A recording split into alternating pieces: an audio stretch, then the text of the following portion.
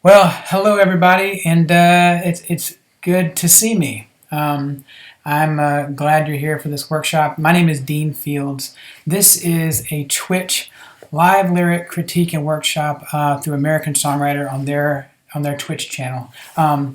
And just to give you a little bit of an idea of why we're doing it, the lyric contest that goes every other month for American Songwriter, the new deadline is actually January 15th. It's coming up. And just want to give y'all some insight and some tips if you haven't already submitted. Just some things to keep in mind for this deadline or another deadline or just generally with your writing. But really as it pertains to the lyric contest coming up, and just some tips I can give you ahead of time.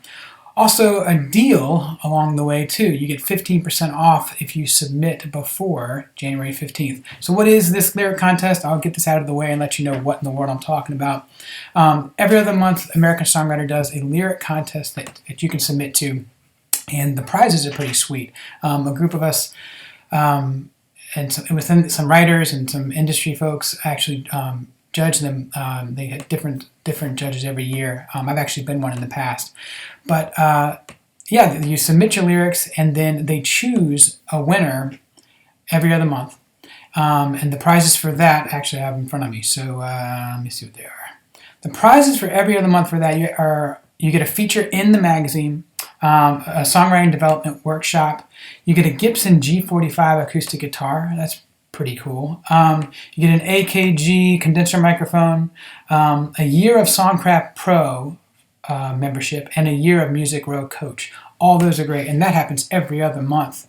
So you could potentially have 6 opportunities to win that, and then they take a winner from all that, and then it's even a fantastic prize at the end of the year. You get a dream day on Music Row in Nashville, round trip flights to Nashville, 2 nights at the Union Station Hotel, a dream co-write with a hit songwriter. I don't know who it is this year, but it's always awesome. Last year was Robert O'Keen. The year before that was Dallas Davidson. The year before that was Brent Cobb. So it'll be no joke, whoever it is. You get to write with them.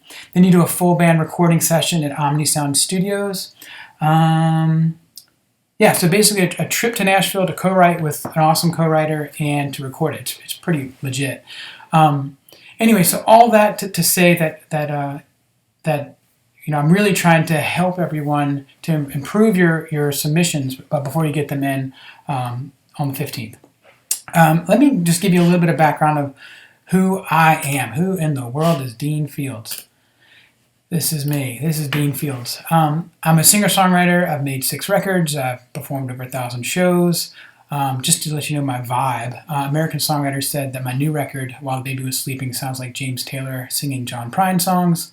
But more than that, I've actually also had #1 songs on Texas radio. Laura McKenna has recorded my songs. Billy Currington and Garth Brooks has produced it. Will Hogue has produced some songs. I've had songs on commercials and advertising and TV and film, so I've kind of written all over the place. But really, as it pertains to you guys now, I've been a judge for this lyric contest before, and so many submissions come in that are really, really close. I mean, super duper close, and I just want to mark on it and send it back to you. And that's how these critiques have come up. It's been like, I know if I just can give you a little bit of information and nudge you in the right direction, it can either help this song out or help the next 10 songs or the next 100 songs to make it so that I like to say that you're hitting where you're aiming, okay? And I think some of the tools that I have to teach you today or remind you of today can help you do that. So that's where I'm coming from. Let me just get to the tips here. Let me see what we got. The main thing I want you to get out of all this is, why do we write? There's 3 reasons to write: to express yourself, to connect with others, and to make money. Now, I can't do a whole lot for the third one, to be honest with you. That's a lottery ticket. There's a lot involved in that. But the first 2, I think I can really help you guys a lot. To help you express yourself in a way that helps you also connect with your audience. If you can do that, that is what a great song does. It doesn't always have to be a tiny, narrow focus of a song. It can be very broad. It can be, I hope you dance. right? It's not just for dancers. I mean, it's really carpe diem, but it's done in a really great way. So I really want to talk about these two things mostly, self-expression and connection. And if anybody has any money they want to give me, I'll take it. All right, this is the number one rule in songwriting as far as I'm concerned. Don't waste your listeners' time, okay? If we're trying to express ourselves and create a connection, don't make them wish that they had that 3 minutes of their life back. I actually stole this from Kurt Vonnegut. He says, don't waste your reader's time, but it's the same thing. If you're writing a song and you're trying to connect with someone, then it needs to be, from the beginning to the end, something that is engaging and continues to escalate and keep that engagement through the rest of the song, okay? This is just to be silly on the right. It says the most important line of every song is, all right? The most important line of every song is the first line, and then it is equally the second line, and the third line is just as important, and the fourth line is just as important as that. It's kind of a joke, but it really means like every line is an opportunity that you can engage them more fully with your song, or you can lose them, okay? So I really want to encourage you, when we're going through these critiques, I'm going to do a couple of live critiques in just a minute, and we'll go through your songs and talk about I'll literally go through my gut reaction to things, and most of the time I'll tell you then if that's a line that I think you've lost our attention, okay? So anyway, it's something to keep in mind. Keep their attention from the first second of the song to the 2 minutes and 59 seconds. Okay, some fundamentals here. Okay, I'm going to talk about a bunch of things, and I want to just clarify what the words that I'm using are. The first thing will be the hook. All right, the hook is kind of a Nashville term, kind of an LA term, but it's pretty common now that people use the hook interchangeably with the title. If you submit your songs for the lyric contest, it will say, for the critique. If you do a critique, it'll ask you what the hook is, what the title is, that kind of thing. It doesn't have to be the title. It can be something completely different. I mean, I brought a couple of examples to walk you through these things, but your hook is the focus of your song. If you remember back in grade school when you had to write a detailed paragraph, you learned to write a topic sentence first, and then every sentence after that needed to relate to that topic sentence, okay? That's kind of what your hook is. Your hook is like a topic sentence for your song. You know, there's ways to break that rule, but for the most part, that's how I'm going to talk about it. And it can be he stopped loving her today. It could be the chair. It could be washing machine if you want. That by itself is not that good of a hook, but if it's about your husband cheating on you with your best friend, so you killed him and then you had to wash everything in the washing machine and his teeth got stuck, and so you had to call the Maytag man, then you could make the hook be the Maytag man knows my secret. There you go. There's a hook. It's not very good, and I wouldn't write it if I were you, but that's just an example. Let me show you some other examples of hooks and show you what I'm talking about here. Let's make sure I can do this right. I'm going to give you 3 songs. We're going to talk about the hook. Okay, and actually, I don't want to do this one first. I want to do this one first. Okay, 3 songs. We'll talk about the hook. This song is "Straight Tequila Night" by John Anderson. Amazing song. It's worth noting that without music, lyrics have a lot of responsibility here. Okay, "Straight Tequila Night." The reason I'm giving you this one is the title is "Straight Tequila Night." That could, without knowing the rest of the song, you could think it's some sort of bender. It could be a party song. But it's done so well. Let's focus on this chorus. But don't ask her on a straight tequila night. She'll start thinking about him and she's ready to fight. Blames her broken heart on every man in sight on a straight tequila night. Okay? The hook, straight tequila night. Everything about this chorus is pointing to it. In fact, in this case, the hook is the top of the chorus and the bottom of the chorus. Okay? It starts with it and then it ends with it. It's called bookending. Okay? And if we read through this song right now, which we will do in different parts of this workshop, you know that every line in this song is pointing you towards that idea. that you don't want to ask her on a straight tequila night. Okay, you don't want to try and get her phone number or make a move on her. Okay, that's one example. Another example is Hold On by Tom Waits. Okay, I'm trying to cover a lot of different stuff here and make it so that you can, if you wanted to disagree with me on any of this, at least it's a pretty wide net I'm casting. Hold On by Tom Waits. All right, let's look at the bold here. Okay, you got to hold on, you got to hold on. Take my hand, I'm standing right here, you got to hold on. What do you think this song is about? Holding on, right? It's he does a really good job in this song of coming back to the chorus and giving a different context every time, but that is the point. Hold on, okay? Who doesn't want to hear someone say that to them? It's just, in this situation, it's about a couple, but yeah, it's a pretty simple idea. He actually repeats the same words 1, 2, 3, 4 times in 4 lines. That's one way to do it. Another example quickly, Driver's License. Driver's License by Olivia Rodrigo. This is breaking a rule, okay? Remember, the Straight Tequila Night was a bookend. The hook was on the top and the bottom of the chorus. And on Hold On, it was the whole chorus. This one, the title is the first line in the song and never comes back, okay? A couple reasons for it. One is I think she probably just didn't want to say driver's license too many times in the song because it's a weird combination of words to say. It's not very singy. But also, it's what this song is about without being said over and over and over and over again, okay? And if we read through this chorus, I know we weren't perfect, but I've never felt this way for no one. And I just can't imagine how you could be so okay now that I'm gone. Guess you didn't mean what you wrote in that song about me, because you said forever, now I drive alone past your street, okay? That, and in conjunction with that first line, I got my driver's license last week, you can see that's the theme of this song. That chorus is definitely pointing to that hook. Okay? All right, let's move on to the next thing. I'm going to take questions, by the way, at the end of this thing, but if you have them, go on and throw them in the chat, and I'll try and address them as best I can. But everything going okay so far? You guys following me? The next element is rhyme, okay? You can show me 100 examples of songs that don't rhyme, that did very well, I'm sure, but if you can rhyme in a song, it is a great way of establishing patterns, of keeping their attention, of drawing connections between sections of the song, okay? So, there's a bunch of different ways to do rhyme scheme. You don't have to make every single line.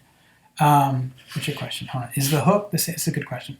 Is your hook the same as the pre-chorus? No, Isabella, but I will address that in the next one. It's a good question.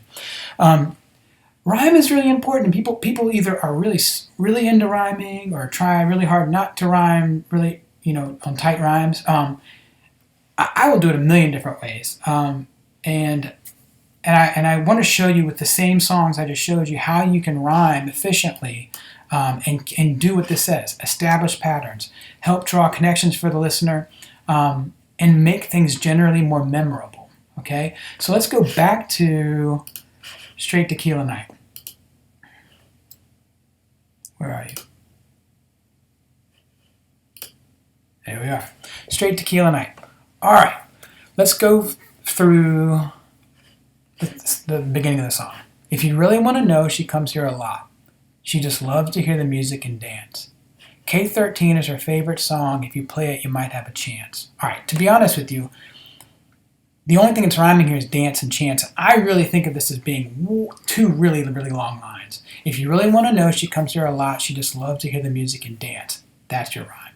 K13 is her favorite song. If you play it, you might have a chance. Two really, really long lines, okay? And then the rhymes get a little quicker here after that. Tonight she's only sipping white wine. She's friendly and fun-loving most of the time, all right? I really want to talk about the chorus rhyme scheme, though.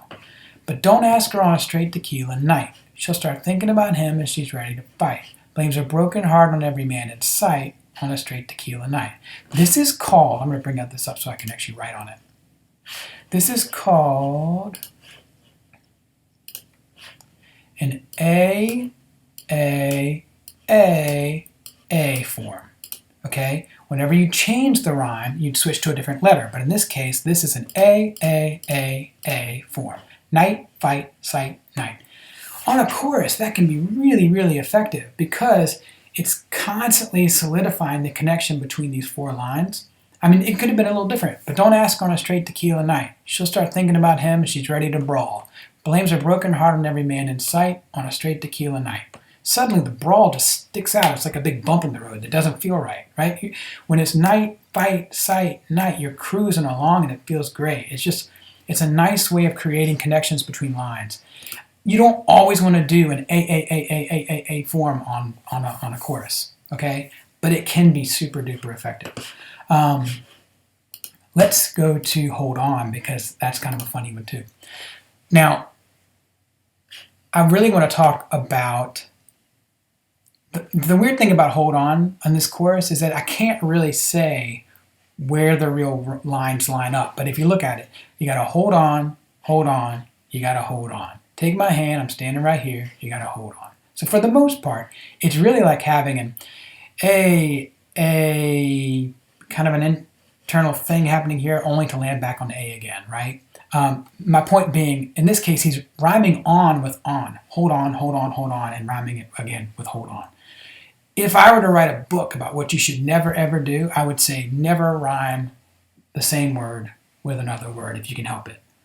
But I would also tell you, any chance you can do it and it's awesome, you should do it. That's a rule you should break. If you're Tom Waits, you can do it without asking, but it works really well here. And a couple reasons it works is by breaking that rule of not rhyming the same word with itself, it's saying, pay attention to me, right? If he's saying hold on so many times, it makes it sound like even more of a plea, right? Hold on. If he tried to rhyme, hold on, I don't want to know that you're gone, I don't know, whatever. My point being, it stands out because of that. It makes it more interesting because it's actually rhyming with itself. So, last one here, we'll go back to driver's license and talk about rhyming. Okay, this is interesting. Hold on. I'll answer your questions in just one moment. I'm talking about choruses here because they're easier to see here. But these are really long lines for driver's license. And I know we weren't perfect, but I've never felt this way for no one. And I just can't imagine how you could be so okay now that I'm gone. So we got to rhyme on one and gone, right? I'm going to bring this up so I can write on it. Driver's license, come on, baby. So no one and I'm gone. Kind of a loose rhyme, right? They're not really the most perfect rhyme, but close enough for me. And then rhyming me with street, okay? So A, B, B. That's your rhyme scheme there, okay? I want to take it a step further, and I really feel like what's happening here is kind of interesting. I'm going to read it again. And I know we weren't perfect, but I've never felt this way for no one. And I just can't imagine how you could be so okay now that I'm gone. Guess you didn't mean what you wrote in that song about me, 'cause you said forever, now I drive alone past your street. I'm going to throw it out there and say we're actually hearing a rhyme with one, gone, song, it's loose, and then extending it to me, which is then rhyming with street. I think that's pretty sophisticated. They either did it on purpose or they did it by accident, but I think it's pretty sweet. Okay, so just another way you can use rhyme. All right, I'm going to quickly go over to the questions real quick because I saw something about rhyme scheme. Do all verses have to have the same rhyme pattern? No, and if we went through these verses here, you'd see that.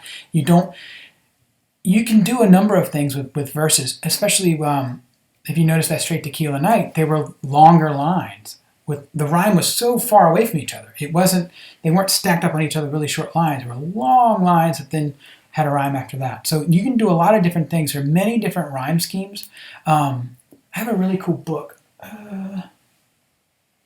Writing Better Lyrics by Pattison, what's his first name? Can't remember. He goes into all the different rhyme schemes, and it's really, really interesting. Otherwise, just listen to songs and start paying attention to, or read lyrics, it helps too, and look at how those rhyme schemes are lining up, and you can come up with some really cool stuff.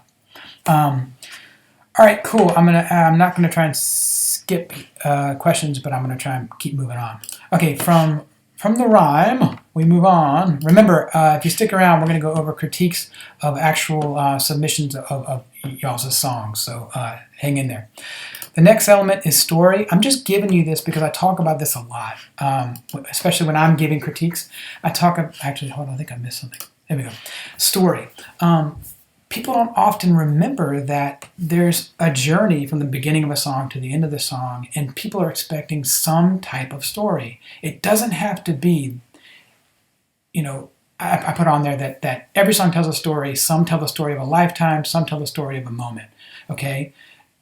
And I'm going to go through our examples in a second, but there's a wide range there of saying from the moment of someone's birth to their death could be a song, but also sitting in front of me right now having a drink at a bar, that could be an entire 3-minute song. So let's quickly go over our songs here and talk about them. So here's Driver's License. This whole song, if we were to read it through, is kind of covering some stuff in the past, but for the most part, it's about right now, or what I've just done. I got my driver's license last week, just like we always talked about. It's not I was born and she's going to die at the end of the song. No, but it's really a short amount of time that they're covering here. It's really about an emotional moment in this song. Okay, but I still expect the action of the song to move along like a story. Okay, so for instance, she's kind of giving some ideas of what she thinks he's doing right now in the verse, or talking about their history a little bit. So my point being, when I talk about the story of a song, you can use it loosely, but I really feel like every song has one. Let's go on to Hold On, because this is an example of a really long one. If I were to show you Hold On and go through the whole thing, it goes a long way. There's a long bit of time that goes from, they hung a sign up in our town, if you live it up, you won't live it down. So she left Monterio's son just like a bullet leaves a gun. She leaves and goes to California to be an actress. And then he is basically trying to convince her to stay with him. Something dark kind of happens, and she I don't know really what happens necessarily, but she ruins the relationship to the point where then she just wants to get back to her hometown by the end of it. But it is a long stretch of time on Hold On. A really cool example, though, is Straight Tequila Night. Remember, we're talking about story, moving action along. Straight Tequila Night everything here happens in real time. Okay, this is what I like about this song. Every single thing is happening. If you really want to know, she comes here a lot. She just loves to hear the music and dance. This is a conversation between the bartender, or at least someone who's in the bar every night, and someone else who's at the bar thinking about going up to a woman. So that's my point. Story can be a long, stretched out story like you would in a book, or just a moment, and we'll keep those things in mind. Okay. Next element I want to review quickly is form, and there's a couple questions that have already come up. I talk about this a lot, and it's worth. We need to clarify some things before I get into the critique. Okay, where are y'all? Here you are. All right. There are several different elements of a song. You have the verse, you have the pre-chorus, you have the chorus, you have the bridge. Sometimes we can talk about a verse and refrain as well, but for the most part, we're going to leave it up to those four things. Your chorus is the thing that's memorable. That is the thing. When people talk about Cake by the Ocean, or I don't know why that song came out. My point is, no one says, hey, that song that goes... and it says the first line of the song, you know what I mean? It's usually about the chorus. That's the thing that glues the whole song together, the thing we repeat over and over and over again, most of the time exactly the same way. We break that rule some too, but for the most part, the chorus is the same thing repeated over and over again. Now, interstitially, we put the verse. The verse is the thing that can move the story along, okay? Those are the things that change every time they come up. Verse 1, verse 2 are going to be different. You don't say the same thing in each verse. There are some Whiskey Town songs that do that, but I would put it out there that he probably should have spent some more time on those verses. Verse 1 and verse 2 will be different from each other. Between them, and after each of them, are a chorus that's the same thing. It's just kind of neat, because the chorus, those different verses can give that same chorus a different context, make it sound different even though you're saying the same thing. Okay? Pre-chorus is something that connects the verse to the chorus. Sometimes you have a verse and a chorus that are just kind of too far away from each other. And it could be, most of the time it's melodic for me. Like I feel like there's usually something that needs to happen between what I've written in the verse and the chorus. And I need to connect them somehow. And so I'll have a message in the pre-chorus to connect them. It doesn't have to follow the same rules as the verse or the chorus. It doesn't necessarily need to come back every time you do a verse. You could have a pre-chorus come after just verse 1, and not verse 2 or verse 3, okay? But that's how I like to think of it. The bridge, I actually think a pre-chorus is really like a bridge. It's bridging the verse to the chorus, but I didn't get to name these things. The bridge is more like a cul-de-sac. It's if you have a verse and a chorus, and a verse and a chorus, you've now heard the verse melody twice, different words, and you've heard the chorus twice, and you're probably going to hear that chorus again. Why not give them something a little different? Instead of doing a verse, we may want to do a bridge. I said it's a cul-de-sac because if we're driving along, we can go down the cul-de-sac, go down to the bridge, hear something new, and then turn around and come back and be right back where we were before. Okay, it's just an opportunity to say something different and maybe sing it in a different way, but not follow the same rules that we've set up with the verse and the chorus at that point. Okay? All of these things are ways that you can tell your story, deliver your hook in interesting ways. And there are a bunch of different ways to do that. So let's quickly go through Straight Tequila Night, and I'll show you the form. Okay? Straight Tequila Night has, by the way, let me tell you this before I do anything. When you're submitting to these contests, this is really, really important. You want to distinguish between these parts. Okay? Tell me what the verse is. Tell me what the chorus is. Now, what I do is I bold the chorus so I know that that's the chorus, okay? And I always repeat it. Even though we know what the chorus sounds like and I could just write chorus here and not write the chorus again, remember that the chorus can have a different context after a different verse. So it's always good to type it in again, okay? Just copy and paste it. That's what you need to do. If it's in there and you say it again, put it in there again. Don't just write chorus, okay? This song, Straight Tequila Night, has a verse, has a chorus, has another verse, and then a chorus, and a chorus, and a chorus, and a chorus. This doesn't always work. It works really well for George Strait. It worked really well for John Anderson in this situation. But it's something to consider sometimes. Just if you get all the action of the song out in 2 verses and you want to sing that chorus a million times, I say go for it. This is a really short chorus, so that's why it works. But yeah, that's one example. Verse, chorus, chorus, chorus, chorus, chorus, chorus, chorus, chorus. Next, let's look at Hold On. Okay, actually hold on while I get Hold On. Okay, Hold On has a verse. And I would say that this back half here could be a pre-chorus. If I read it, if I read it to you, you wouldn't think so. But when you hear it, it does sound like it's delivered a little differently, kind of like a pre-chorus. So I would say it's verse, pre-chorus, chorus, and then it does it over and over again. Verse, pre-chorus, chorus, verse, pre-chorus, chorus, verse, pre-chorus, chorus, chorus, chorus, vamp at the end. Okay? So here we have, for all intents and purposes, verse, pre-chorus, chorus 4 times.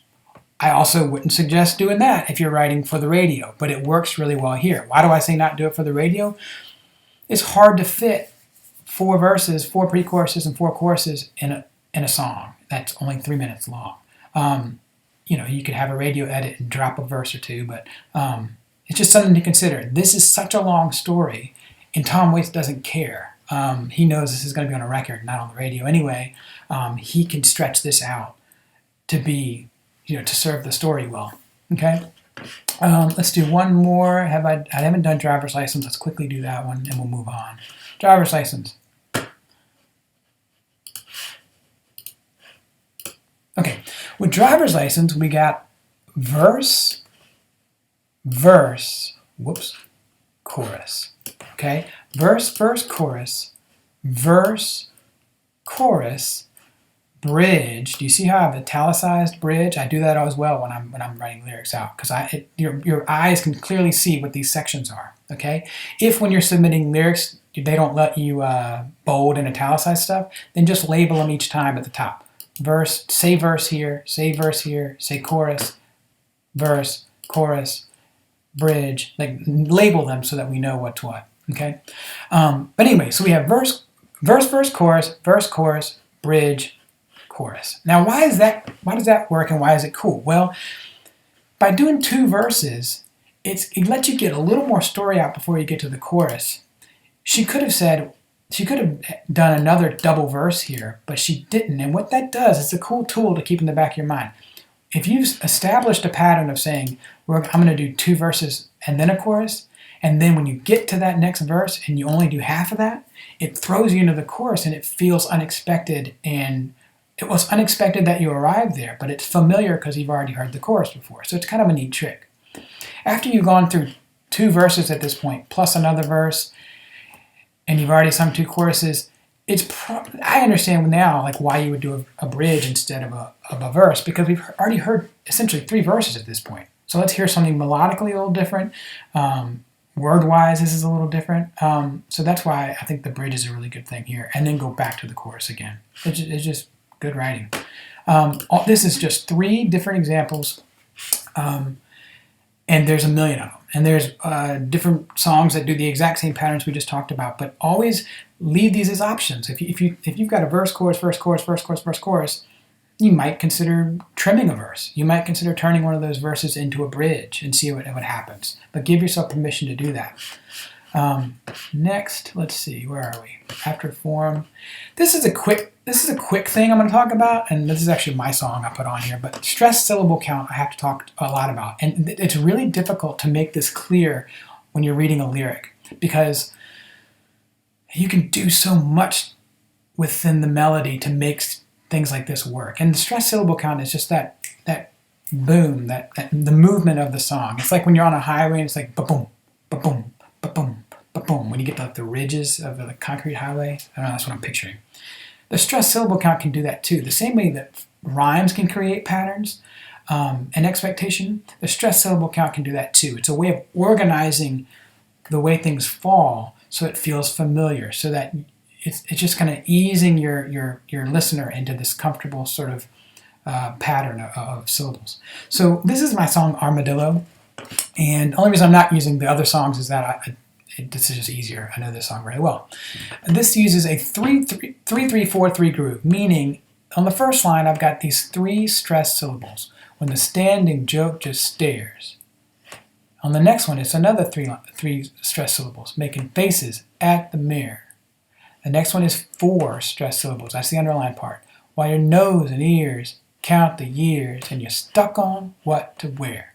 So 3, 3, 4, 3. And if I read it the way it sounds with the little bit of a beat, when the standing joke just stares, making faces at the mirror, while your nose and ears count the years and you're stuck on what to wear.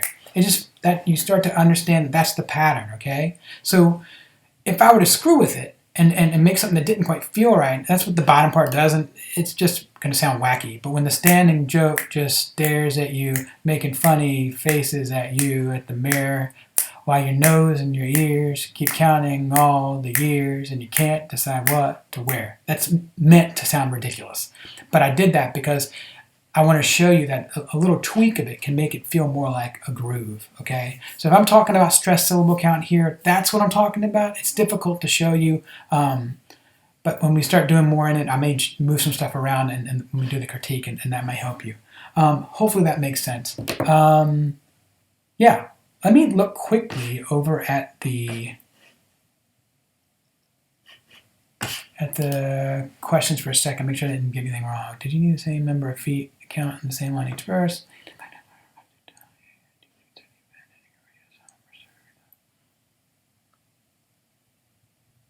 What about bridges that are music only? That's a good question. Yeah, I mean, that works. Yeah, it's hard to say that when you're submitting to a lyric contest, but yeah, that it can definitely be, it's something else. It's considered maybe an interlude, but yeah. Let's move on to one of the reasons why you're here, just to watch me do a critique, okay? I've picked a couple songs here. I'm going to give you my feedback on these songs. Now, I want you to keep in mind that opinions about music are still subjective, okay? So I'm gonna try and help you understand what I consider to be strengths and weaknesses of the song I'm looking at. And I want to try and highlight some things that I think maybe could be generally something that you could use in your songs as well. But more so, like I said, we're trying to figure out if you're aiming, if you're shooting where you're aiming. Okay, so yes, I'm going to use some of the terms I've just talked about, and if you have any questions on it, you can throw them on the chat here. If this is your song and you want to defend yourself, I get it. We can talk about it, but really this is meant to be in a good-natured thing to show you what it's like when someone else, another songwriter, someone else in the industry, is reading it and what they're thinking, okay? I've been on the other side of someone listening to my songs, and you just watch them tap their feet or move their head, and you want to know, what are they thinking? I'm hoping this is what you'll get out of this, okay? This song is from Brad Mays. It's called Letters. I'm going to read it out loud to you. We're going to look at this thing together, okay? Let's see. The carver's at his workbench, pulling tools out of the drawer. Everyone a memory of the job that came before. The weight he holds confronts him. With each swing he draws a breath. Courage lost just like a ghost, in dust the grooves collect. The mallet strikes the chisel. The chisel cuts the stone. A stone marks the memory of a loved one here and gone. When he writes down your name, it never changes from then on. When the mallet strikes the chisel, and the chisel cuts the stone. He recalls the last time he carved a pretty name. It was in a heart on an old oak tree that he'll never see the same. He must have carved 1,000,000 names. This hurts more than the rest. With every strike, it just feels like it drives deeper in his chest. The mallet strikes the chisel cuts the stone, a stone that marks her memory of her love here and gone. When he writes her pretty name, this time it feels wrong. When the mallet strikes the chisel, and the chisel cuts her stone. Hearts will come and go, but true love sure lives on when the mallet strikes the chisel and the chisel cuts the stone. Okay. Brad knows what a good hook is. I would give you that for sure. This is a very, very, very good hook. This is a really well-crafted song as far as chorus. I think it's really, really interesting. If I may focus on the chorus, I mean, the mallet strikes the chisel cuts the stone marks the memory, okay? It's really, really good writing, really, really good writing. And I don't really have much to pick on for that part yet. I want to go through a couple of things that we talked about and just say what are the different sections of the song, okay? So this is a song that Brad has submitted for the lyric contest. Just to remind everybody that the reason we're doing this is that this is literally a submission that Brad has submitted for the lyric contest, okay? And it's if you want to save 15% and get yours in, you could actually submit yours after hearing this workshop, which could be to your benefit. So that's by the, where's the thing here? Just to remind you what the details are. It is, oh, this doesn't have the frame on it, y'all. I'll just remind you of that in a second. Slideshow. Here it is. All right. 15% off lyric contest. Contest deadline is January 15th. That is on the American Songwriter website, by the way. Okay, back to the critique. I really want to go with just gut reaction on a lot of this stuff. The carver's at his workbench, pulling tools out of the drawer. Everyone a memory of a job that came before. This is his job. He is a carver, okay? Now, what you're not telling me initially is what kind of carver he is. It doesn't make a whole lot of a difference right now, but I think it's really setting this stage really, really well. I kind of wish I knew that he did stone. That's just me telling you that ahead of time. I want to have the full picture just from the get-go. He's not just a wood carver, right? He does stone. But I love the way it's set up. You know, he's at the workbench. We know where he's at. We know what's in front of him. The situation that he's in is that that his job is that he works in solitude, it looks like. The weight he holds confronts him. I'm assuming that the weight in this situation is his tool. Each swing he draws a breath, which means it's hard work. That's great too. Courage lost just like a ghost, in the dust the grooves collect. I want to pick on you with these two lines right here. okay? Only because there's something called Yoda talk that I say. We want to say things the way we would say them. The carver's at his workbench, pulling tools out of the drawer. Everyone a memory of a job came before. That feels like good English. It feels like I know how this person's talking. But as soon as you say, "in dust the grooves collect," that's not the way we would say it. That's the way Yoda would say it. And I know why you did it, and I've done it before. Because you're chasing a rhyme. You want to have that breath collect rhyme, which is a really good near rhyme. I love that. I love rhyming breath with collect. Totally cool. But if you can avoid Yoda talk, I think one, it feels, I read a lot of lyrics, so I can see it when it happens, and it's a red flag to me when I see it, just because it just sticks out. But also as a listener, in dust, the grooves collect. You're giving me the direct object of a sentence before the verb, and it's not easy to follow. It just can be disruptive. So if there's a way to redo this, I think you should. Just that one line, just make it a little better. Courage lost, just like a ghost, is interesting. I don't 100% get it, but I think it's kind of cool to say his courage has lost. Ghost, we don't know that it's a I'm thinking ghost like it's kind of cool to use ghost because we know that it's ended up being headstones. I think it's cool, but we don't know that yet because we haven't gotten to the chorus yet. So just giving you my feedback there. But then we know now that he works with stonework in this chorus. The mallet strikes the chisel cuts the stone marks the memory. I love that. Love it, love it, love it, love it. Of a loved one here and gone. When he writes your name down, it never changes from then on. All right, so what does that mean? It just means it's not your name that changes. It just means that's. I'm not 100% sure what I'm getting. I'm not sure I'm getting that. What I'm getting from that what I'm supposed to. So I'm just going to throw that out there. I think that could use some clarification. All right, but I think I know what you're saying. It's like that. Your life is done. Your name is there. It never changes. It's always going to be on that stone. But I think you could make that a little more solid. I think it could be a gut punch even more. But I love the way it comes back around. When the mallet strikes the chisel and the chisel cuts the stone. Okay, let's keep going to the next verse.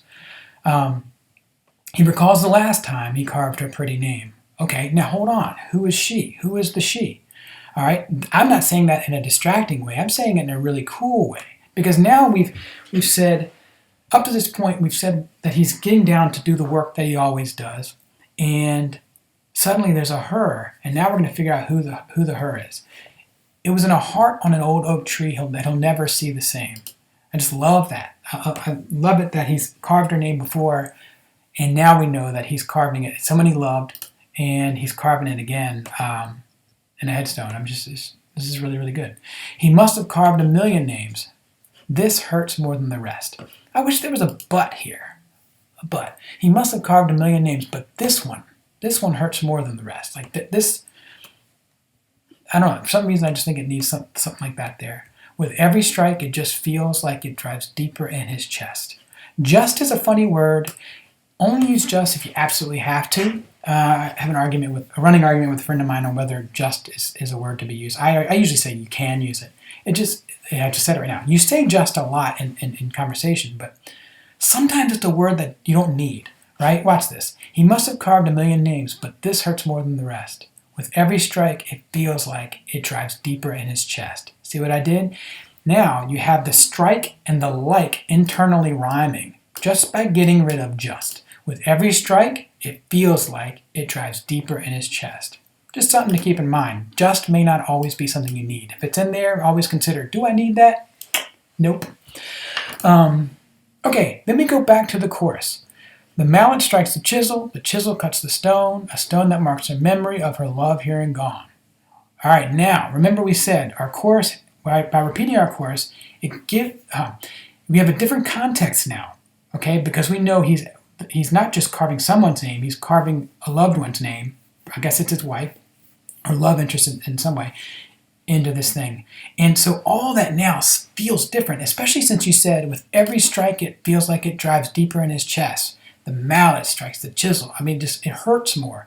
I tell people as much as you can, show me, don't tell me. But in this case, he's showing and telling. he's telling me what's happening, but ooh, don't you feel that? With every strike, it feels like it drives deeper in his chest. The mallet strikes the chisel. I can feel that. I think that's great. He changes it up a little bit in the middle of this chorus, though. Of her love, here and gone. So he got to change it because I guess it wouldn't have worked. Of a loved one, yeah. It'd be awesome if you could. I'm just saying out loud what I'm thinking. I wish the chorus didn't change. If you could, I don't know how, but I don't know. I think it'd be cool to spend some time on this. If you have a half hour, Brad, to spend some time and see if you can say that same chorus the same way both times. Anyway, all right, that gets us through the chorus. Here's an outro. All right, so the form of this song: verse, verse, chorus, verse, verse, chorus, outro. Okay, and the outro is really a vamp, if you ask me. It's kind of a little extension of the chorus. So really, I would say verse, verse, chorus, half chorus. And really, I don't even consider these as being. These are not really double verses, if you ask me. Because here's what I'm getting at. I wish there was one more thing. I wish there was another verse.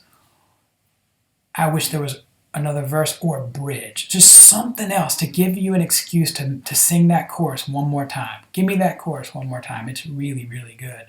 And I don't know what you would say. I don't know whether you'd squeeze it in between what you say here, because that's too good. I mean, this is really, really good. It may also be that you use this, maybe expand, say this differently, because this, shoot, I don't know. I'm just thinking out loud. I just think that I want you to say that chorus one more time if you can. Like I said, spend some time on it, see if it'll work. If it doesn't work, that's totally cool. Can't hurt my feelings. But yeah, this is fantastic. One thing I will also say that could be cool is this is more, the mallet strikes the chisel cuts the stone marks the memory, but it's his hand that's doing it, right? And I feel like it's not a missed opportunity, but something about the fact that it's his hand that the hand holds the mallet strikes the chisel cuts the stone marks the memory. So we see it's coming from him, if that makes sense. Like I said, this is great as it is, but man, it could be really, really great with a couple of these tweaks. So anyway, Brad, hope I didn't upset you. I think you did awesome. And hopefully everyone else has learned from this, maybe a couple things here and there that you either already knew and have forgotten, or you literally learned just now. But let's go on to another one if you don't mind. I'm going to take a second and look over at the questions for a second. I personally love when choruses develop with the story. I agree. I love it too. And I think this actually works well. But the reason I said maybe not is because I want to hear that chorus again. And you then have to come up with a different change to the chorus too if you wanted to do that. I think if you're going to change a chorus, you should change it every time. But there's nothing against that. I totally get it. Yeah, let's move on. Oh, that's a good point. Someone said, change the title to Chisel Cuts the Stone, solves the problem. Does that solve the problem? That's a really good point, because the song is called Letters. And you never talk about letters specifically. And I don't know how you could, but there may be something to that. There may be something missing here about the pain of actually saying, maybe it's, he can't even say her name out loud, but he has to sit here and...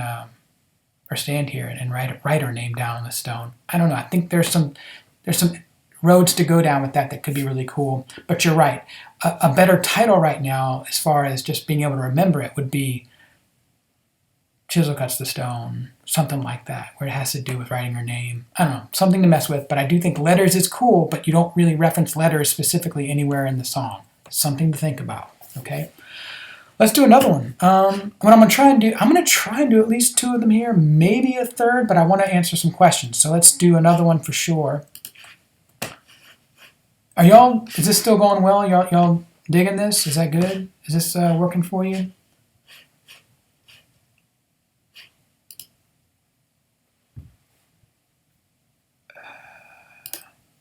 Paper airplanes.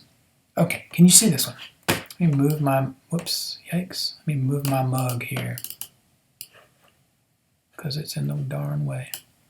Okay, awesome. Eric says, hell yes, thank you. Okay, continuing here. This song is called Paper Airplanes. And let's just go with it. Got what we wished for. Yeah, look at us now. Big old truck, a red brick house with a mountain view. Why am I, hold on, I need to get this so I can see the thing better. Hold on a second, guys. Okay, got what we wished for. Yeah, look at us now. Big old truck, a red brick house with a mountain view. Ain't you proud? Hell, we got everything. Checked off our wildest dreams. But to tell the truth, sometimes I wish I was you. Making paper airplanes, sipping on a bottled Coke. Too young to buy a Hurley, so we put ball cards in our spokes. I know I can't go back to the way it was before, but more or less I just miss when less was more. Hey kid, you don't know how good you got it. Find a $5 in your pocket and man, you're rich. But don't you overthink it. The weight of the world will be there waiting. You miss the shot you don't take, so take that chance, steal that kiss. Keep making paper airplanes, sipping on bottled Coke, till you save up for that Harley. Keep putting ball cards. Sorry guys, I'm gonna go back to this course. Keep making paper airplanes, sipping on bottled Coke, till you save up for that Harley. Keep putting ball cards in your spokes. I know I can't go back to the way it was before, but more or less, I just miss when less was more. And the bridge, a little less hurry, a little more take my time, a little less worry. So today I made a paper airplane, sipping on a Coke, gassed up my old Harley to head on down the road. I know I can't go back to the way it was before, but more or less I can live like I did when less was more. Yeah, okay. Brian Sutherland, Devin Barker, Rob Ricotta. Well done. I will say that it's a cool idea. I really like this.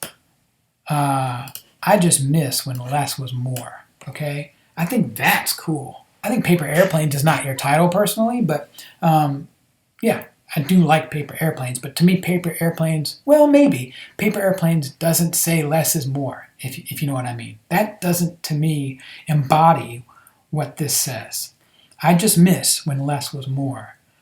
Okay? It's something you did back in that time, but and I think that's what I want to challenge you to on this one is if Paper Airplanes was the thing, and I said you want to always make that be whatever your hook is the focus of the whole song. Everything needs to point to it.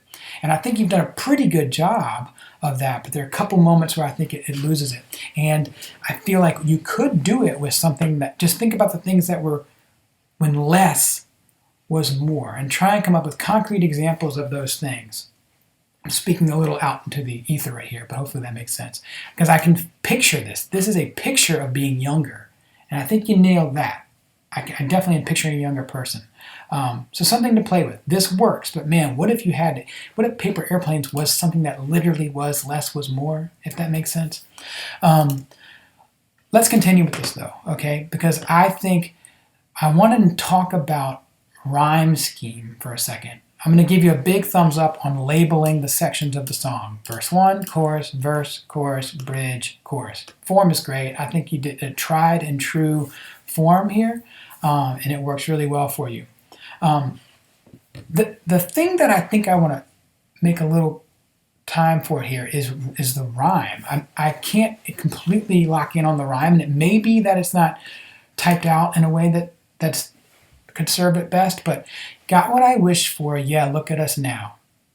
Big old truck, a red brick house with a mountain view, right? That feels clumsy to me unless you can make me find that rhyme, okay? So I'll keep writing, I'll keep reading. Ain't you proud? Hell, we got everything. Checked off our wildest dreams, but to tell the truth, sometimes I wish it was you. So I think what's happening is you're trying to rhyme view with truth and you, all right? That works, but I think you could do even better. I think if you could, there's so much happening here, I think a tighter rhyme scheme could lock this up a little better. Remember, rhyme is what helps us create patterns. It helps us create connections. And right now, this feels like it could use a little work on that. And then also, let's talk about this. Who are we talking to in this first verse? I know who we're talking to by the time we get to the chorus, but let's go to that verse again. Got what we wished for. So we, me and another person. Yeah, look at us now. So we've got what we wished for. Just look at us now. Big old truck. So we have a truck, we have a red brick house, and a mountain view. That sounds pretty good. So ain't you proud? Hell, we got everything. Checked off our wildest dreams. But to tell the truth, sometimes I wish it was you. Something about this verse says, I almost feel like you're talking to your spouse. That it feels more like that. If I were talking to my kid, I would change this maybe to say, got what I wished for. Yeah, look at me now. Big old truck, a red brick house with a mountain view. And I'm proud. Hell, I got everything. Checked off my wildest dreams. Okay, now, do you see what I've done here? Now it's changed it so that it feels more like I'm speaking to someone but about me, because that kid doesn't care about your wildest dreams. I don't think. I don't know how old this kid is, but if he's doing paper airplanes and a bottle of Coke, he doesn't really grasp any of the stuff that you're talking about. So I think it's better to talk about yourself here. And then when you pivot and you say, but to tell you the truth, sometimes I wish I was you, then that makes sense. Making paper airplanes, sipping on a bottle of Coke. You're carefree, right? You're too young to buy Hurley, so why don't we say you? So you put ball cards in your spokes. Man, I wish you could say baseball cards for some reason. Ball cards to me is not what you say, I don't think. It sounds clumsy. I don't know why any other way to say it except for just baseball cards. Yeah, I know I can't go back to the way it was before, but more or less, I just miss when less was more. And that's a kind of a clumsy sounding line there, but it's nice when you have to go, what did you just say? And it makes sense. So it may be something you could say, but more or less, I just miss when less was more. If you deliver that in a way that you kind of separate that, I think that could really, really help. Because more or less, I just miss when less was more. It feels like, I know you said something cool, but I don't know what I just heard. Just a tip when you think about melody. Okay, and then you're making it clear, hey kid, you don't know how good you got it. This sounds like a little different thing. The sentiment changes here. I don't know how to tell you any other way except for like, hey kid, you don't know how good you got it. Doesn't sound as sweet for some reason. That line to me feels like you could just say it sweeter. I don't have a good example of how to do it on the fly, but I think it's something to think about. Because this feels like you really envy him. This feels sort of spiteful for some reason. I don't know. Find a fiver in your pocket and man, you're rich. That's awesome. I love that. I don't ever say fiver, but if that's what you want to say, that's cool. But yeah, I like the idea that you find a $5 bill on the ground or in your pocket and you're rich. It's awesome. Don't you overthink it. The weight of the world will be there waiting. Okay? I'm only going to pick on you for this line because that kid doesn't know that yet, right? I don't think. I mean, I don't know. There's something about this line to me. I think you could fill it with something else that leads closer to you miss the shots you don't take, so take that chance, steal that kiss. This just feels like the connection's not there. I don't see it. It's good stuff, but I think this part leaned nicely into the chorus. This part feels like it feels like a different conversation or something. I want you to think about this verse a little bit more and think about what you would say after you've said, I just miss when less was more, okay? Just something else. More examples like the fiver. I think this is awesome. If you could fill this entire verse, 1, 2, 3, 4 lines with that, you'd be money. Literally, fivers. I mean, I think this is better than anything else you got going on here. And that kid does not care about your advice right now. You're just trying to tell him that you miss this kind of stuff, right? So, making paper airplanes. I kind of like how you shift this chorus and it kind of works, right? You did make some changes on this chorus, but it's not. I think it works. Keep making paper airplanes. Sipping on bottled Coke till you save it for that Harley. Keep putting cards in your spokes. That's great. All right, now I really like what you've done with this bridge. This is something that someone says swap verse 1 and verse 2. I thought about that too. It's not a bad idea, but something about the sentiment here. I like that. He's looking at himself before he says, "I wish I was you."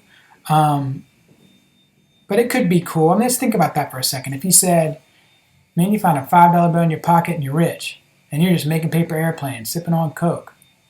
Well, I wish I was you, making paper airplanes. My thought is it works better the way it is right now. It just needs to be finessed a little bit. That's my thought on it. And I like that. Remember, choruses benefit from having from getting the context of the verse that comes before it. So it's kind of cool now that you can give these examples now that you know what the chorus is about. So anyway, I'm talking about the bridge. Let's see. A little less hurry. So remember, the hook is, well, it's not really the title, but the hook is I miss when less was more, right? So let's talk about examples that less was more, and you kind of do that here. This is good stuff. A little less hurry, a little more take my time, a little less worry. So today I like it. I like what you're shooting for here. This is the exact same thing though, if you ask me. A little less hurry, a little more take my time.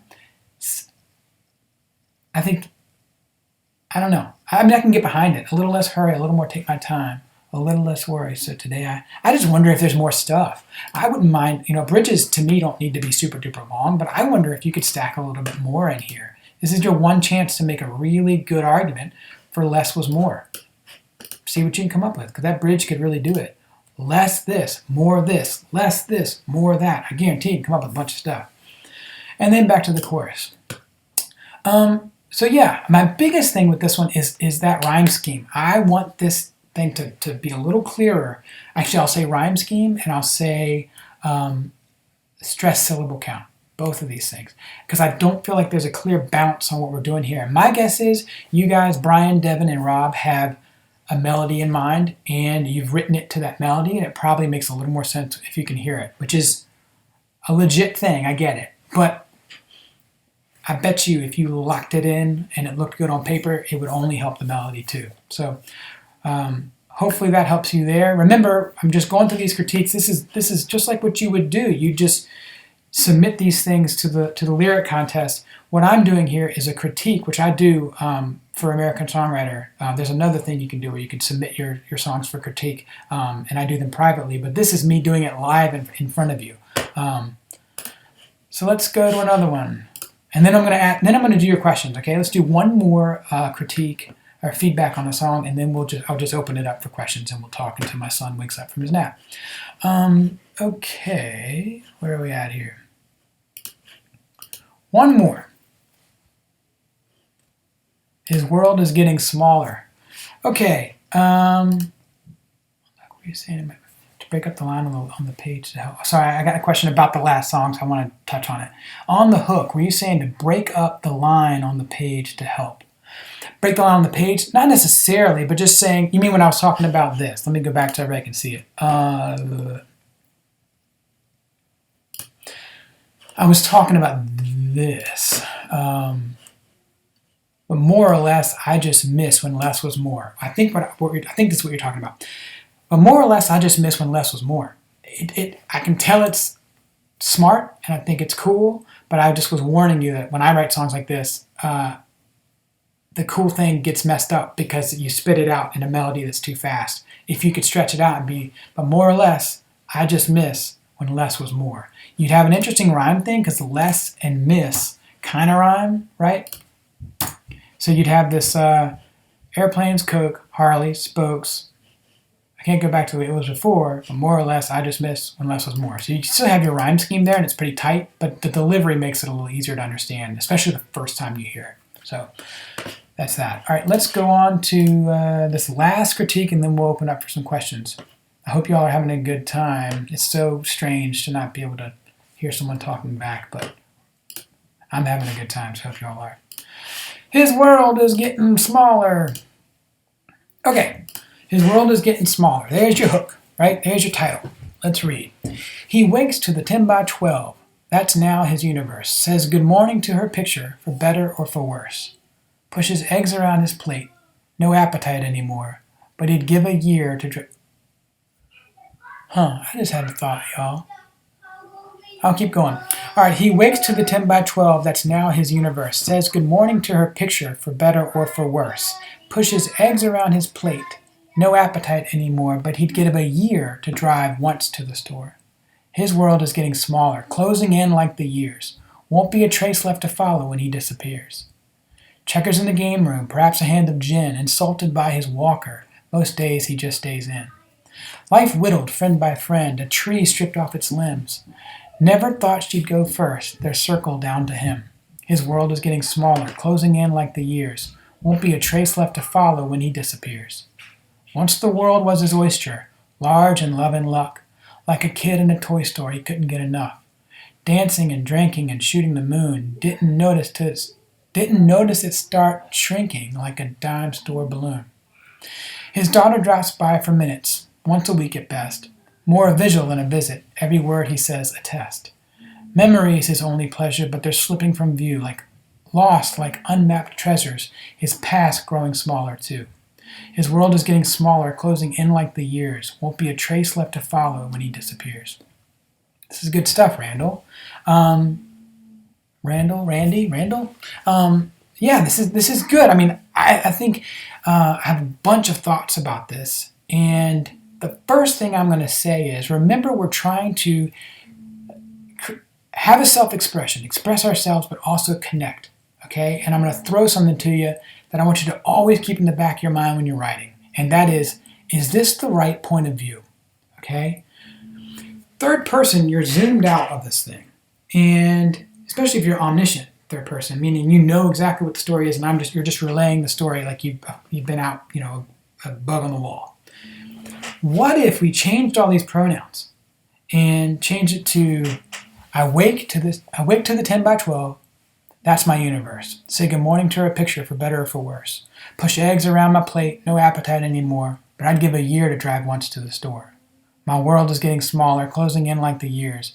Won't be a trace left to follow when I finally disappear, whatever. Okay? Now suddenly, man, the emotional distance has been shortened. Okay? Whenever you can write in first person, I think it's a really, really, really good idea. Now I'll give you an example of why you don't want to. If this song was about a no good person and you wanted to get it pitched to someone to sing, then that makes sense. Because oftentimes when you're pitching a song for especially country music, and pitching a song for a country artist to sing, let's take someone. Let's say it's Luke Bryan. He's a nice guy, so if it's a song that makes him look bad, he's not going to want to sing it. Okay. Now there's some exceptions. Tim McGraw sang Bruce Robinson's "Angry All the Time" and killed it.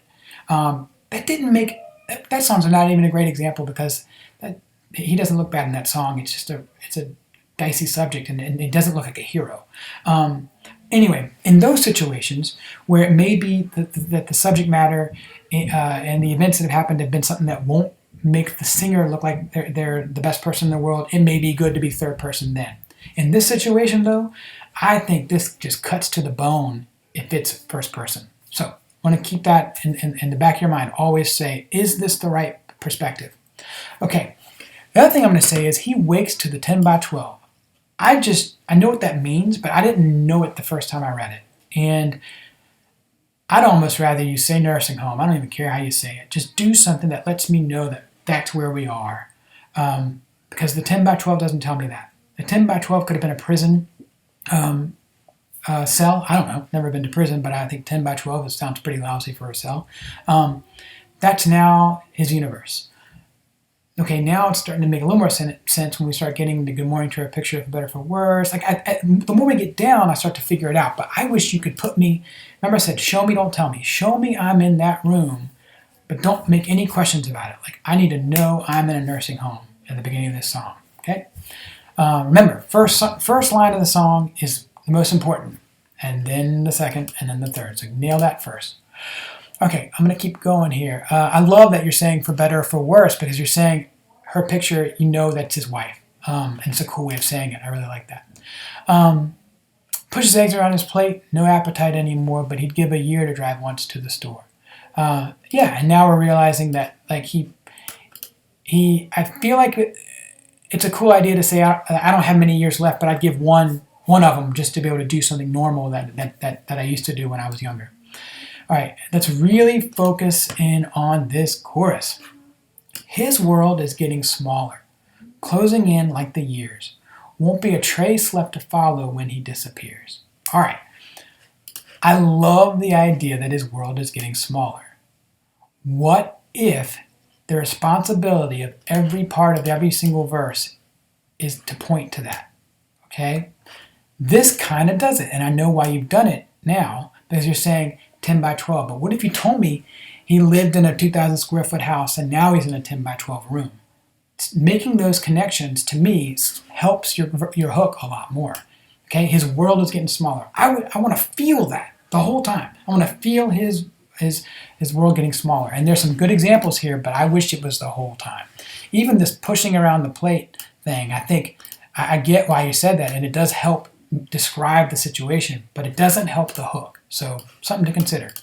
Closing in like the years, love it. That's good too. Won't be a trace left to follow when he disappears. It's a cool way of saying it. Remember with when we talked about Straight Tequila Night, that the hook of that one was a bookend. There was one on top and one on bottom. Without thinking this through, remember I'm talking as I'm thinking. I think this could benefit from doing both. His world is getting smaller, closing in like the years. Won't be a trace left to follow when he disappears. Example of something here getting tinier and tinier, da-da-da-da-da, his world is getting smaller. Boom. Okay? Like I think that's what it does. You just have two more lines and you rhyme with smaller. Unfortunately, you got to find a good rhyme for smaller. But yeah, I don't know. That's my suggestion on the course. I think it could really nail that hook because it's a good hook. Okay, checkers in the game room, perhaps a hand of gin, insulted by his walker. Boom, love that. That's just good writing. Good job. That makes me think that maybe you write prose too, because that's good. Most days he just stays in. I don't want to know that. I don't want to know that most days he just stays. Well, you mean stays in his room. I don't want to feel any freedom. If you're telling me that he gets his world's getting smaller, I don't want to know that he has the option. I don't know. For some reason, I just thought maybe that didn't really lean to the hook very well. But I do like that these are what he would do. I just going to challenge you again. I think every line needs to point to the hook. Is this an example of his world getting smaller? Maybe I'm wrong, but I think it could be even more. I wish, if he's playing checkers in a game room, then maybe the hand of gin is he used to do Tuesdays, every Tuesday night at the, what do you call the, I'm losing my mind. Anyway, I wish that you could do these parallels, or actually these opposing things. If he had poker night with his friends every Tuesday night for 40 years, and now he plays checkers in a game room next to the cafeteria, those are things that we could this contrast, I think, could really help see the world getting smaller. Okay, life whittled friend by friend, a tree stripped of his limbs. Love that. That's really good writing. Now I can see that's an example of getting smaller. It's a different one, and I think at this point in the song, you can get away with that there. Never thought she'd go first. They're circled down to him. That does do what I'm talking about. Never thought she'd go first. They're circled down to him. I'm just picking on you, but for some reason, I always picture that the female usually goes first anyway, so I don't know, but I guess that's just him being honest. I don't know. They're circled down to him. They're circled down to him. I know what you mean. Their circle of friends, and you say it friend by friend, but I'm just wondering if you could make that even clearer. And maybe I'm wrong about this. Let me read this again. Life whittled friend by friend, a tree stripped of its limbs. Never thought she'd go first. They're circled down to him. Yeah, I'm willing to concede that one because I think we're talking about friends here. I think that circled down to him makes sense. I think it's because if I were hearing it, I would hear circled down to him instead of circle down to him. So I'm going to possibly concede on that one. His world's getting smaller, closing in like the years. Won't be a trace left to follow when he disappears. Okay. The bridge, and thank you for labeling it. Good job. Need to label the chorus, though, but the bridge is labeled here, and it's important that I know this is a different thought. Once the world was his oyster, large in love and luck. Like a kid in a toy store, he couldn't get enough. Dancing and drinking and shooting the moon. Didn't notice it start shrinking like a dime store balloon. This is a really good bridge. I like it. Something about this makes me think it could work really well as a pre-chorus.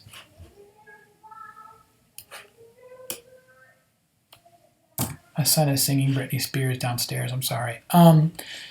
What if just indulge me for a second? And what if it does this? Let me see if I'm right. He wakes to the 10 by 12, that's now his universe, says good morning to her picture for better or for worse, pushes eggs around his plate, no appetite anymore, but he'd give a year to drive once to the store. Once the world was his oyster, large in love and luck, like a kid in a toy store he couldn't get enough. But his world is getting smaller, closing in like the years. Won't be a trace left to follow when he disappears. I don't know. I just thought it could be really cool to show that contrast there instead of in the bridge. Like I said, it's a great bridge. I think it works. I don't think you have to do what I'm saying. I'm just wondering if that could help that chorus even more if you had something like that. Once the world was his oyster, large in love and luck. But his world is getting smaller, closing in like the... I don't know. It's something to consider. Like I said, I don't have all the decisions for you, but I just have ideas. Okay, let me come back to a verse. So interesting choice to go bridge back to a verse. Okay, and it works here, but you don't see that as much these days. So I don't know, just putting that out there. His daughter drops by for minutes, once a week at best, more a vigil than a visit. Every word he says a test. So now we know he's losing his memory too, and actually not yet. We can finish this. Memories his only pleasures, but they're slipping from view like lost, like unmapped treasures. His past growing smaller too. This is so powerful. And it really leans in to that hook. His world is getting smaller because these pieces of it are disappearing. And I don't know. I think that this could be somewhere else. I just don't know. It's really powerful. I almost feel like the point of the song is more. It's more of a point of the song that this guy is losing his memory. And I wish it didn't happen so late in the song. I'm just thinking out loud, y'all. To me, that's a whole song right there. Trying to think about what I would do about it. Maybe it is cool that it's somehow it's growing. Remember I said you want to engage and escalate. And what the song does is it makes it feel like it gets heavier and heavier as the song goes on. So maybe I'm wrong about that, but it is something to consider. That I always say, give yourself permission to move things around. But man, oh man, what if this right here is the thing I'm talking about in the chorus? Like I said, just messing around.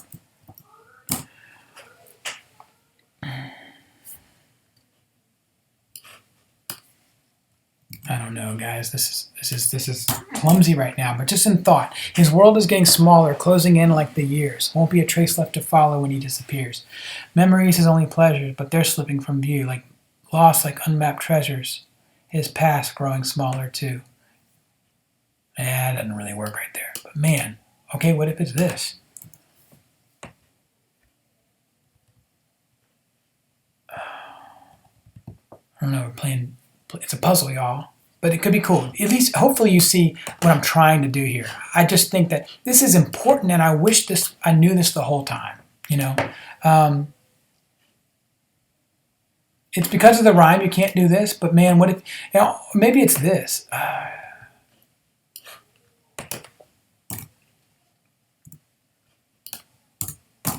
Memories is only, what if this is the chorus? Memories is only pleasures, but they're slipping from view. Lost like unmapped treasures. His past. Shit. You got that daggone smaller.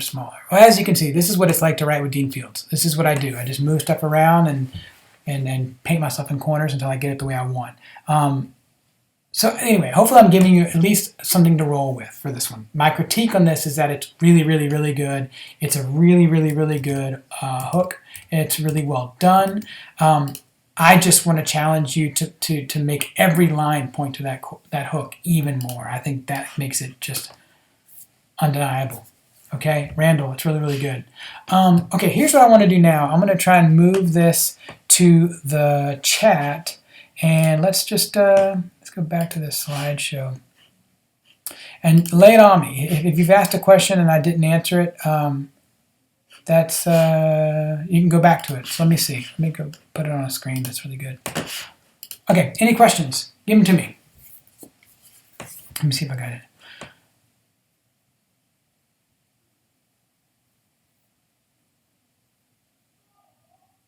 Right on. Someone saying that the first person change on that one was really good. You know what? I think, y'all, I think the first person change would work really well on the first song too. I said, let me answer your questions, but I have an idea.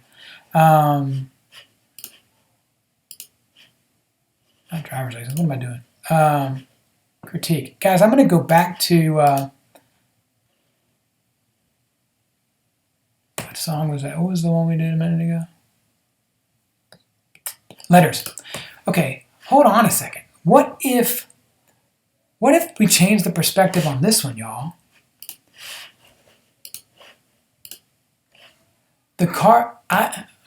I'm carving at my workbench, pulling tools out of the drawer, every one a memory of a job that came before.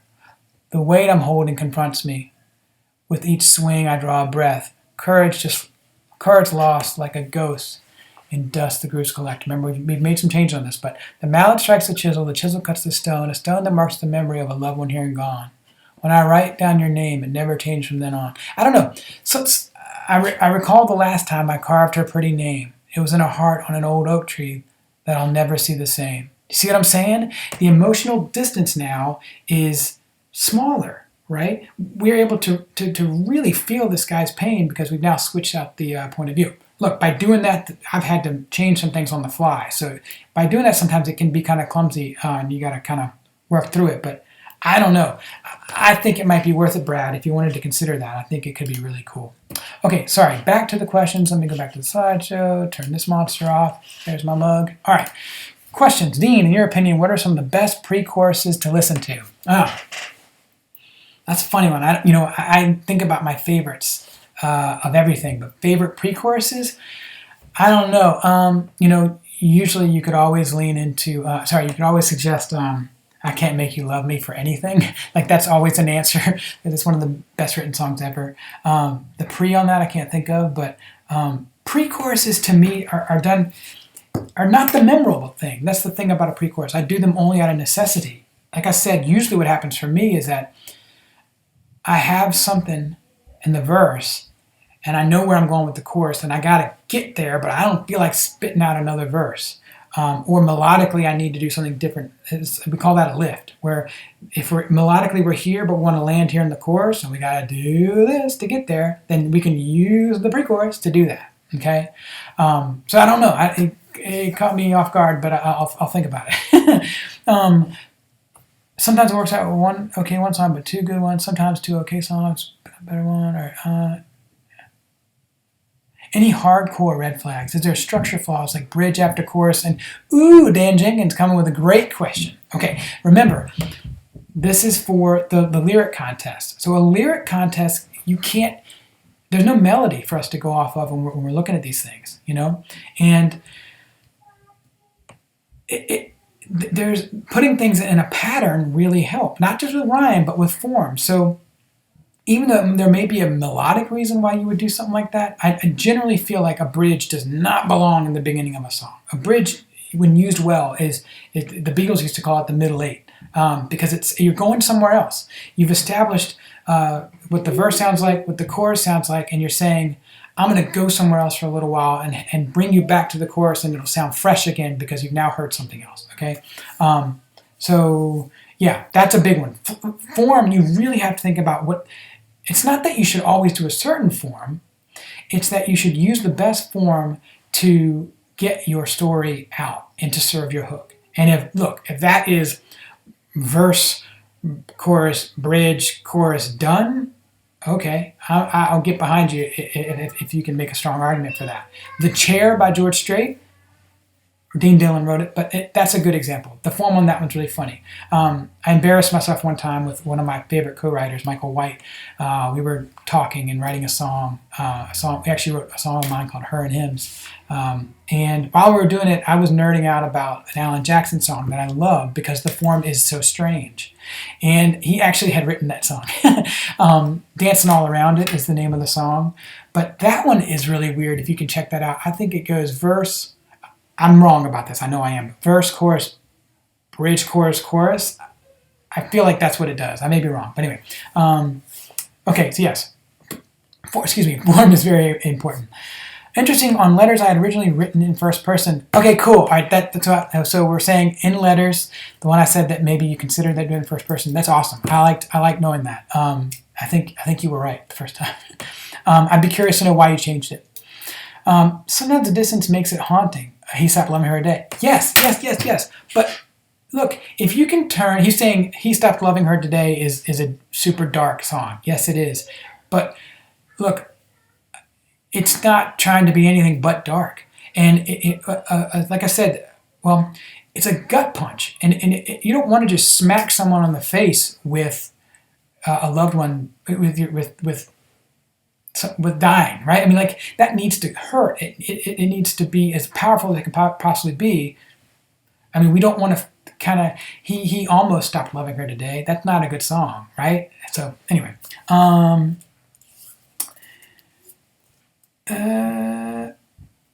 Oh, awesome. Joey says he just bought an appointment with me. Yeah, you can do that. If you want to talk about songs, you can do that. There's something on American Songwriter. It's a mentor session. I'll have to put it in this chat if you want it. But not only, yes, you can send songs to the lyric contest, win all these prizes. That's totally cool. If you want to do this sort of thing, I do that as well. And I'll put a link in here in a second. I'll try and find it. Range Burrows. One question about the lyric contest. It does not seem like I see many songs that have some humor to them. Am I right? Is that because they are not deemed commercial? Do you recommend more serious songs for the contest? Randall. Okay, cool. And Randall, y'all. It's Randall.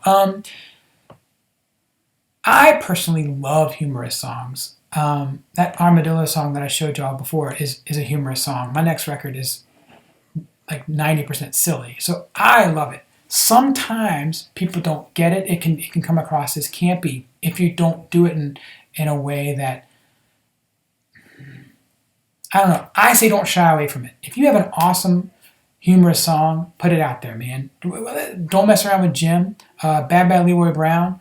A million other songs that Loudon Wainwright and John Prine have written. I mean, like, there's always a place for it. I think it's because honestly, most people don't write humorous songs. Actually, let's make that the rule. I bet you the reason you don't see that much is because most people can't do a good job of it.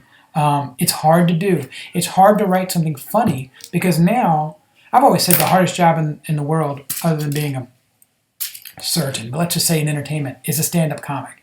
Because with a stand-up comic, the whole time the audience is saying, he's not making me laugh, right? Well, with a humorous song, it kind of feels the same way. You have to land that thing like a punchline, which is difficult to do, trust me. So you're not only trying to write a well-written song, but the hook needs to be great.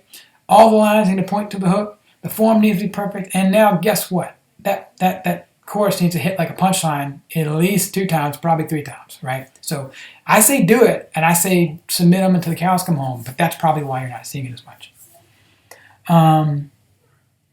Yeah, you're right. Okay. What books would you recommend for aspiring songwriters looking to hone their craft? Okay.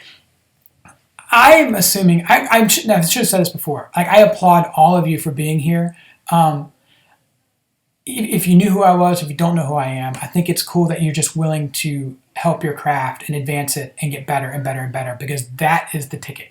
There's 2 things that I would recommend to everybody to be a better songwriter. And 3 things. One is write all the time. Write 1 million songs. You're only going to write better songs by doing it and doing it and doing it. It's just like practice. And the more practiced you are, the more prepared you'll be for when an amazing idea comes and you friggin' kill it. Okay? As opposed to being an unrehearsed person who lands this amazing hook and doesn't do anything great with it. Okay? That's number 1. Number 2 is study. And that can be, it's the old input is output kind of thing. If you're listening to music all the time, it can only help you create music. If you read about music, I suggest that I have a bunch of books that I love. Stephen King's book on writing is awesome. It's not about songwriting, but it's about writing, and I think it is a huge help. I try and read it a lot. I try and read it a couple times, at least once a year. Pattison, is it Pat Pattison? Writing Better Lyrics. He's a professor at Berkeley. He's really, really good, and he does a good job of talking about sensory writing. Remember I said show me, don't tell me? Whenever you can show something and do sensory stuff, what do you see, what do you smell, what do you feel, that makes your song richer. And his book helps you really get in the practice of writing more descriptively. So I recommend that book. There's a great book of Leonard Cohen poetry called Stranger, what is that called? Stranger Music. I love. I read that all the time. And then sometimes I'll just read Randy Newman lyrics just because I want to. I swear there's one more book that I'm not thinking of, but yeah, it's a good question. I also studied George Saunders. He's a short story writer. I studied under Tobias Wolff. Anyway, whatever you like, just gobble it up, and I know it will help you. And the last thing is co-writing. If you don't co-write, I strongly suggest that you do. The best thing you can do to learn is to observe others. I went to undergrad, I went to graduate school, I did all this stuff, spent a bunch of money. The things that I've learned the most about music, though, have been from sitting in a room with someone and writing a song with them. You learn more about yourself and the way you write. You learn more about the way someone else writes and their process. And the thing is, we all have different ways of doing it. So if you can get a peek on into how someone else does it, you just are constantly putting more tools in your toolbox to be a better writer. And you get better hooks. I suggest you always have your phone or a pad nearby and constantly keep your ideas in them. But when you're writing with someone else, you have your ideas and their ideas. You have your background of music that influences you, and you have theirs too. Sometimes it's three of you. It's three people with three different backgrounds, three different ideas, three different ways of doing things. And it's just, to me, a really effective way of getting better. So there's that. Okay, Dan asks, Jeff Tweedy's book is cool too. I should talk about Jeff Tweedy. I love Jeff Tweedy, and his way of doing things is interesting because he plays these games where he puts adjectives and nouns together that don't make any sense. I'm an American aquarium drinker. What's the one about touchdowns and Band-Aids? Anyway, my point being, he writes really strange lyrics, but usually there's an arc of it that is telling some kind of story. So he's a really interesting one. He has a really cool book. Mary Gauthier, Gauthier, has a wonderful book, Saved by a Song, that's part memoir, part just learning how to be a great songwriter, and she's amazing. Her songs are nuts. Yes, Mary Gauthier, Saved by a Song. There you go. Good job. Co-writing, getting started with that. Any ideas, folks? Yes. How do you co-write? In addition to this, I also help with the online groups. I have a forum in the American Songwriter website where I try and give people feedback and nudge them here and there. I give a weekly prompt for songwriting. So if you want to try that, just go to the American Songwriter website. That's free. I think it's actually, there's a membership level or something, but it's there. And you just go to groups, and one of them is lyric feedback or something.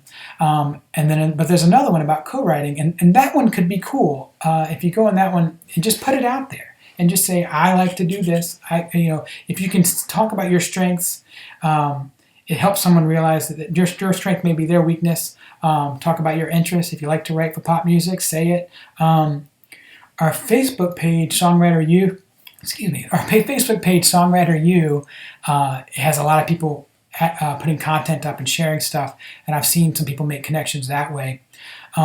If you are involved in BMI, ASCAP, CSAC, that's a good way of just kind of networking and finding some folks to write with. What's another one?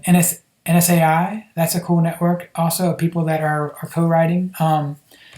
Look, we've been in the middle of, are going through, or at the end of, who knows, of this pandemic. One thing it has done is it's made it so that you can write with people who live on the moon, right? So I strongly suggest, why don't we just say, anyone in this group who wants to try and find co-writers, go to that membership group on the American Songwriter page and put it out there. I guarantee, how many people we have on this thing right now? There's almost 100. At one point there was almost 100. There's 77 now. So 77 of y'all, group up, and let's write some songs together,